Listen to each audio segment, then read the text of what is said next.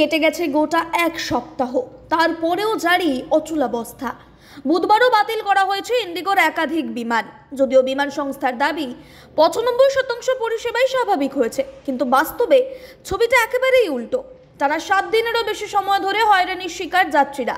অন্যদিকে ইন্ডিগোর বিপর্যয়ের জন্য ক্ষমা চেয়েছেন কেন্দ্রীয় অসামরিক বিমান পরিবহন মন্ত্রী কে রামমোহন নাইডু।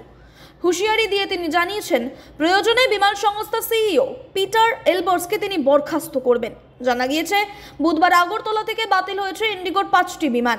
এছাড়াও দেশের বিভিন্ন জায়গা থেকে একাধিক বিমান বাতিল করেছে সংস্থাটি। ইন্ডিগোর এই বিপর্যয়ের জন্য ক্ষমা চেয়েছেন বিমানমন্ত্রী, পাশাপাশি যথাযথ পদক্ষেপ করারও প্রতিশ্রুতি দিয়েছেন।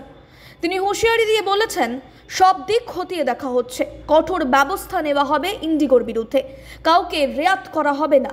প্রয়োজনে বিমান সংস্থার সিইওকেও বরখাস্ত করতে পিছপা হব না। গত 7 দিন ধরে আমি ঠিক করে ঘুমোতে পর্যন্ত পারিনি। একাধিক বৈঠক করেছি। ইন্ডিগোর এই বিপর্যয়ে আমি ক্ষমা প্রার্থী।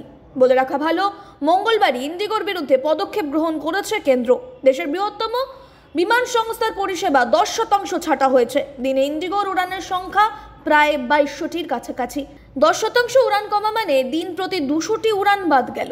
এছাড়াও বিমান সংস্থা সিইওকেও এদের নতুন করে সমন পাঠিয়েছে অসামরিক বিমান পরিবহন মন্ত্রক।